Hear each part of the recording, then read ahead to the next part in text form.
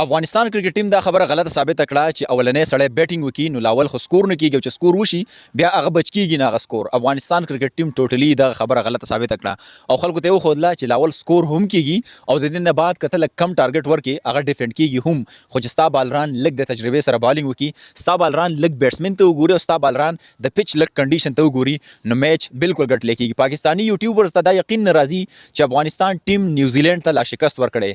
د نیوزیلینډ غونډه کې مضبوط ټیم ته افغانستان شکست ورکړي. پاکستاني یوټیوبر دا خبره نه مني او دا غو ذهن نه مني، خو دیو به دا ال دا ومني چې د افغانستان کرکټ ټیم د بالینګ دی وګوري، بیټینګ دی وګوري، نو بیا به یقین راشي. زما خیال دی چې د افغانستان د کرکټ ټیم دغه میچ دیونه دی کتلې. کچرته کې دا وګوري دا غي مهنت وګوري دا غي چې کم لګن سره بیټینګ ترا کوزيږي، بالینګ ترازي، فیلډینګ ترازي، نو زه یم چې بالکل بیا دا خبره نه کوي چې را نیوزیلینډ غونډه کې مضبوط ټیم ته افغانستان کرکټ ټیم شکست ورکو. اغه له دا خبره ثابت هم کړه پاکستان کرکټ ټیم د لپاره سبب پکار دی چې دارونه دونه جړاګانی مړاګانی بیا نه کوي چې لاول خو بیټینګ نه کېدو، زمونږ بیټینګ لاول را لیو، مونږ ټارګټ داسې ورکو بیا غ ډیفنډ نشو، زمونږ نو بالرانو خو بالینګ ونه کو.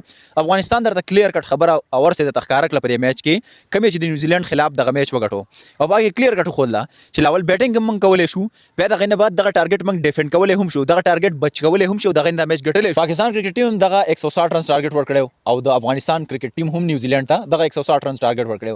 د افغانستان مخه ته یو سترونګ ټیم وو د نیوزیلینډ کرکټ ټیم د کم چې د کرکټ تاریخ ډیر زیات دی، ډیر زیات غټ تاریخ دی او د پاکستان کرکټ ټیم مخه ته یو اس اے یو ټیم دی د چا چې ډول د کرکټ تاریخ شته دی نه. نو مطلب دا دی چې افغانستان ډیر غلط خبرې ثابت کړلې د دې کرکټ چې کم خلکو په دې لګیا دي چې غټ ټارګټ پینه ملاويږي، غټ ټارګټ پینه جوړیږي، پهلا بیټینګ نه کیږي، بیا وروسته بالینګ نه کیږي، بیا ډیفنډ کیږي نه.